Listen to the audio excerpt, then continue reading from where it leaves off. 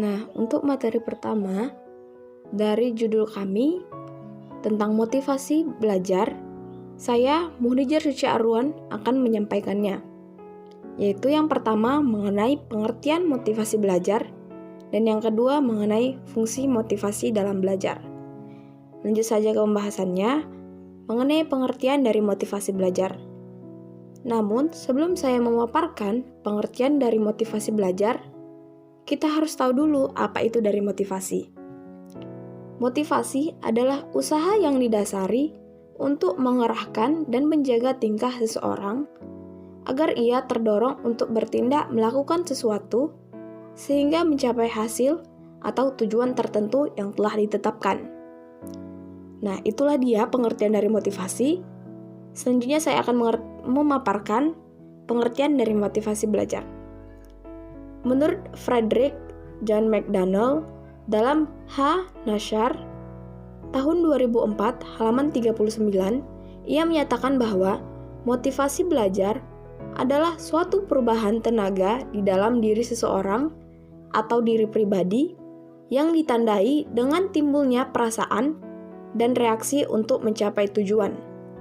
Sedangkan menurut pendapat lain, dalam Hanasar juga, tahun 2004 halaman 42, berdasarkan pendapat Clayton L. Delver, dia menyatakan bahwa motivasi belajar adalah kecenderungan siswa dalam melakukan kegiatan belajar yang didorong oleh hasrat untuk mencapai prestasi hasil belajar sebaik mungkin.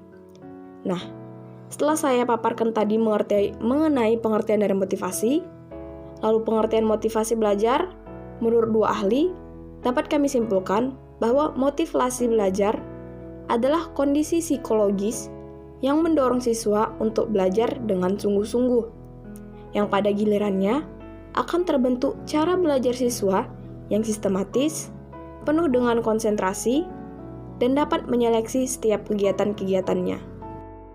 Yang kedua, saya akan memaparkan mengenai fungsi motivasi dalam belajar. Apa aja sih fungsi motivasi dalam belajar? Secara garis besar, fungsi motivasi dalam belajar itu ada 3. Yang pertama, mendorong manusia untuk berbuat. Maksudnya seperti apa? Jadi, sebagai penggerak atau motor yang melepaskan energi. Jadi, motivasi dalam hal ini merupakan motor penggerak dari setiap kegiatan yang akan dilaksanakan. Yang kedua, menentukan arah perbuatan, yakni ke arah tujuan yang hendak dicapai. Maka, motivasi dapat memberikan arah dan kegiatan yang harus dikerjakan sesuai dengan rumusan tujuan awal. Yang ketiga, yaitu untuk menyeleksi perbuatan. Maksudnya seperti apa? Yaitu untuk menentukan perbuatan, apa yang harus dikerjakan yang serasi untuk mencapai tujuan, dengan menyisihkan perbuatan-perbuatan yang tidak bermanfaat bagi tujuan. Contohnya, seorang siswa yang akan menghadapi ujian dengan harapan dapat lulus, tentu akan melakukan kegiatan belajar dan tidak akan menghabiskan waktunya untuk melakukan hal yang tidak bermanfaat untuk tujuan awalnya. Terima kasih. Selanjutnya saya akan menjelaskan ciri-ciri motivasi. Adapun ciri-ciri motivasi yang pertama yaitu tekun menghadapi tugas. Yang kedua, ulet dalam menghadapi kesulitan. Yang ketiga, menunjukkan minat terhadap bermacam-macam masalah untuk orang dewasa. Yang keempat, lebih senang bekerja sendiri. Yang kelima, cepat bosan terhadap tugas-tugas yang rutin. Yang keenam, tetap pendirian. Yang ketujuh, senang mencari dan memecahkan masalah soal-soal. Selanjutnya, saya akan menjelaskan bentuk-bentuk motivasi.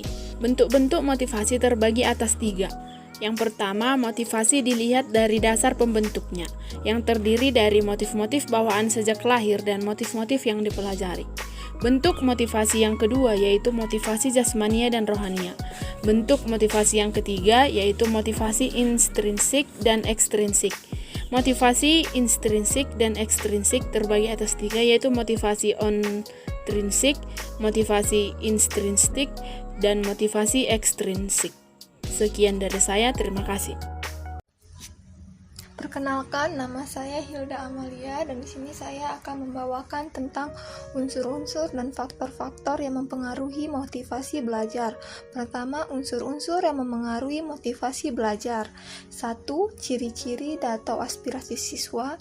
2. Kemampuan siswa, 3. Kondisi siswa, 4. Kondisi lingkungan siswa, kelima ada unsur-unsur dinamis dalam belajar dan pembelajaran, yang terakhir ada upaya guru dalam mempelajarkan siswa.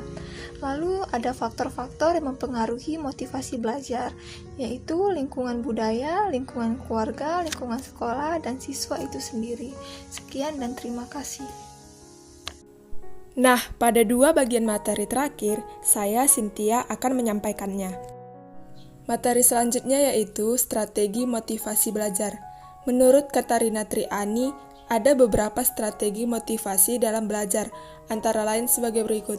Membangkitkan minat belajar, yang kedua mendorong rasa ingin tahu, yang ketiga menggunakan variasi metode penyajian yang menarik, yang keempat atau yang terakhir yaitu membantu siswa dalam merumuskan tujuan belajar. Materi selanjutnya yaitu beberapa cara agar siswa mempunyai motivasi belajar. Yang pertama yaitu menerima siswa apa adanya. Yang kedua, menciptakan rasa aman dan menyenangkan bagi siswa untuk mengeksplorasi serta mengekspresikan seluruh potensinya. Yang ketiga, kenali seluruh potensi yang dimiliki siswa. Yang keempat, berkomunikasilah dengan siswa tentang apa yang ingin mereka wujudkan dan apa saja hambatannya. Hal ini bisa dilakukan secara terbuka antara guru, orang tua, dan siswa.